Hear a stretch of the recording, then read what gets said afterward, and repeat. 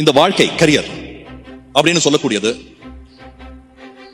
1500 metre race மாதிரி. அதுல உங்க படிப்புங்கிறது முதல் 50 இருந்து 100 மீட்டர் தான்.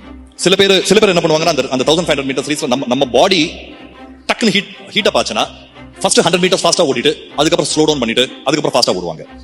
சில பேருக்கு பாடி கொஞ்சம் இன்ஹரன்ட்லி ஸ்லோவா தான் வார்ம் அப் ஆகும். அவங்க என்ன பண்ணுவாங்கன்னா, ஃபர்ஸ்ட் 100 மீட்டர்ஸ் மெதுவா ஜாக் பண்ணிட்டு மெதுவா ஆரம்பிச்சு 1500 மீட்டர்ஸ் முடிப்பாங்க. ஒவ்வொருத்தருக்கு ஒவ்வொரு ரேஸ்க்கு ஸ்பீட் இருக்கு.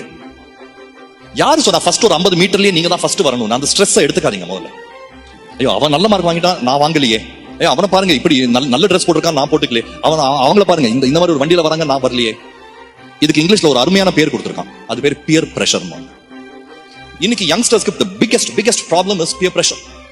Comparison, constant unhealthy comparison.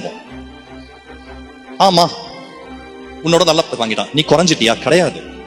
1500 மீட்டர்ஸ்ல first 50 metres they've gotten a head start. சில பேருக்கு அப்படிதான் இருக்கும். ஒரு ரேஸ் ஓடும்போது இந்த ஷோல்டரை தாண்டி பார்க்காதீங்க.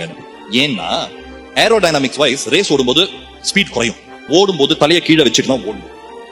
வாழ்க்கைங்கிற ரேஸ் அவ்வளவுதான். நம்ம பாதை ஒழுங்கா இருக்கான்னு தான் பார்க்கணும். ஷோல்டரை தாண்டி பாத்தீங்க ரேஸ்ல நீங்க ஸ்லோ ஆவீங்க. கம்பேர் பண்ண ஆரம்பிச்சீங்கன்னா நீங்க ஓடுற ஓட்டத்துல நீங்க உங்களை அறியாமலே ஸ்லோவா தான் ஆவீங்க. That's aerodynamics. Don't do that.